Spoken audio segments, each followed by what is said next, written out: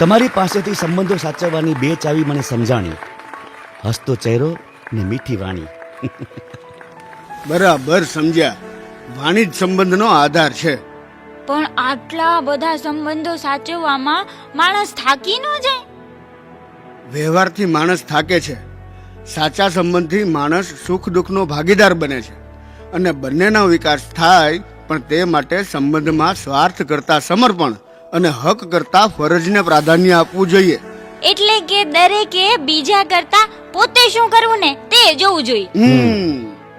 તમે મારા મિત્ર તરીકે અને પ્રશ્નના શિક્ષક તરીકે ખૂબ જ સરસ સંબંધોની સમજ આપી. એ તો મારી ફરજ છે ભાઈ. શિક્ષકો જો પોતાની ફરજ નિભાવે ને તો શું પરિણામ આવે તે જુઓ એટલે ધ્યાનમાં આવશે.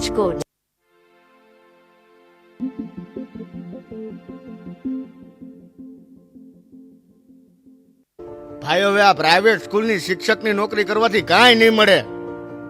મોટા ભાઈ, મને બાળકોને વિકસિત કરવામાં આનંદ મળે છે. પણ તમારો એમાં આર્થિક વિકાસ થતો નથી એનું શું? તમારા ભાઈ કેવડા મોટા બિલ્ડર છે, આ ભલભલા તેને સલામ કરે છે. શિક્ષકની તો કઈ વેલ્યુ જ નથી. બરોબર છે. ટૂંકો પગાર, છોકરા ક્લાસમાં સાંભળે નહીં, બાર વાલી મન ફાવે એમ બોલે. શું છે શિક્ષકની વેલ્યુ? હે મોટા ભાઈ, મેં મક્કમ ઈરાદો કર્યો છે.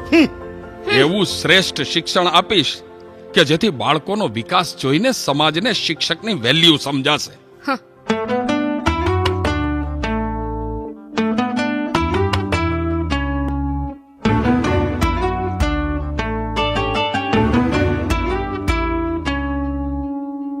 लड़खड़ाते हैं हम, थाम लेते हैं कि वो खो जाए राह तो राह रोशन करते वो.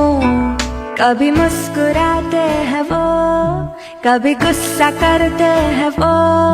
हमें है यकीन हमसे प्यार करते हैं वो. दिए की ज्योति सीप में मोती, ये दुनिया इतनी हसीन ना होती. हम में भी सलीका न होता, जीने का तरीका न होता. वो टीचर तुमसे ही पाया है सभी, के भूलेंगे ना तुमको हम कभी.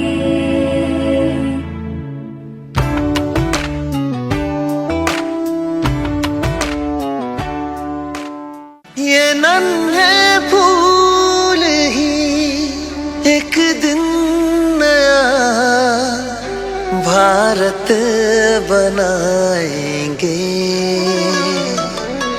इरादा कर लिया है हम इन्हें ऐसा पढ़ाएंगे.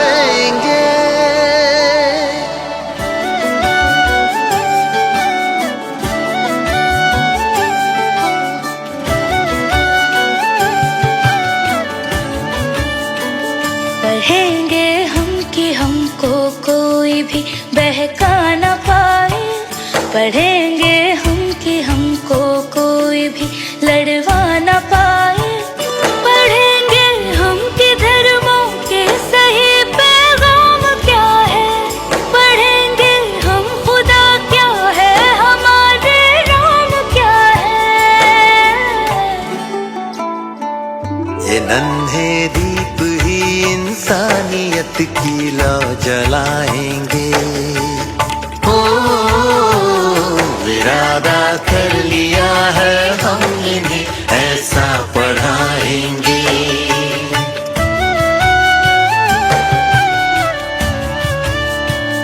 जो इंसान में ना इंसान देख पाए वो पढ़ा ही क्या.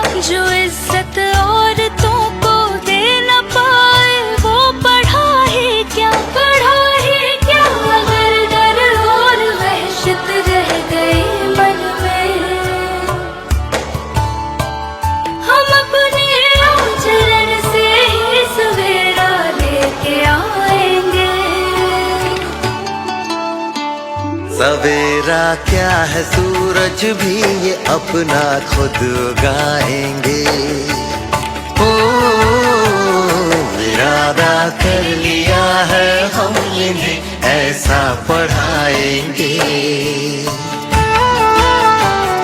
इरादा कर लिया है हम इन्हें ऐसा पढ़ाएंगे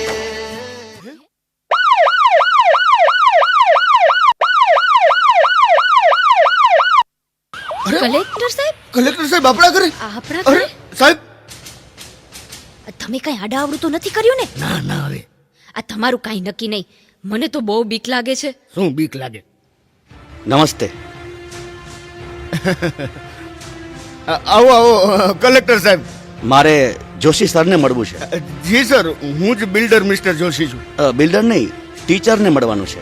ઓહ, એ મારો જ નાનો ભાઈ છે. કોણ આવ્યું છે મોટા ભાઈ? નમસ્તે સર. અરે અરે અરે કલેક્ટર સાહેબ, સાહેબ, દુનિયા માટે કલેક્ટર, પણ તમારા માટે તો આજીવન વિદ્યાર્થી છું. તમે કદાચ મને ઓળખ્યો નહીં. હું એ જ છું જેને 12મા ધોરણમાં એક વિદ્યાર્થીની ઘડિયાળ ચોરી કરી હતી. પછી તમે બધા વિદ્યાર્થીની આંખ પર રૂમાલ બાંધી બધાના ખિસ્સા ચેક કર્યા હતા. અને સાહેબ, મારા ખિસ્સામાંથી ઘડિયાળ લઈને જેની હતી ને તેને આપી દીધી હતી. ઓ બેટા, મને આજે ખબર પડી કે એ વિદ્યાર્થી તું હતો. હે? હા સર. બેટા, મેં પણ આંખ પર રૂમાલ બાંધીને જ બધાના ખિસ્સા જોયા હતા, જેથી બધા વિદ્યાર્થી તરફ મારી વર્તણૂક સમાન રહે. સર, તમે અમારા માટે કેટલું કર્યું છે. પણ આજે સારા શિક્ષકોને સપોર્ટની જરૂર છે, જેથી સમાજમાં શિક્ષકની વેલ્યુ થાય. શિક્ષકો સંઘર્ષમાં સહજ ઘસાય છે, તેથી વિદ્યાર્થી ડોક્ટર એન્જિનિયર થાય છે. પોતે ત્યાં જ રહી જાય છે, એટલે તો ગુરુ બ્રહ્મા તરીકે પૂજાય છે. સર, જિંદગીભર તમે ઘણું આપ્યું. આજે હું આપને ઘરે કંઈક માગવા આવ્યો છું. હું શું આપી શકું? હા, છતાં તું માગીશ તે આપીશ. બોલ. સર, આજથી તમારી દરેક સમસ્યા મને આપો. તમારી દરેક જવાબદારીનો ઉત્તરાધિકારી મને બનાવો. ના ના ના બેટા, એ યોગ્ય ન કહેવાય. કેમ ન કહેવાય? જેમ માતા પિતા અને બાળકનો સંબંધ છે, તેમજ શિક્ષક અને વિદ્યાર્થીનો પણ એક સંબંધ છે. જ્યારે સમાજ શિક્ષકનું મૂલ્ય સમજશે, તેનો આદર, કદર અને કાળજી કરશે, ત્યારે જ શિક્ષક પૂરી તાકાતથી સમાજના અનિષ્ટો દૂર કરી શકશે અને વિદ્યાર્થીને તેની મહત્તમ ક્ષમતાએ પહોંચાડી શકશે.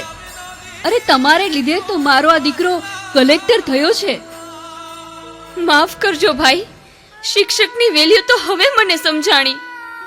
આજે મને પણ સમજાયું કે જ્યાં વિજય થયા પછી મારા લીધે બધું થયું છે, એવો અહંકાર નથી, પણ સાથે મળીને જ સફળતા મળી છે.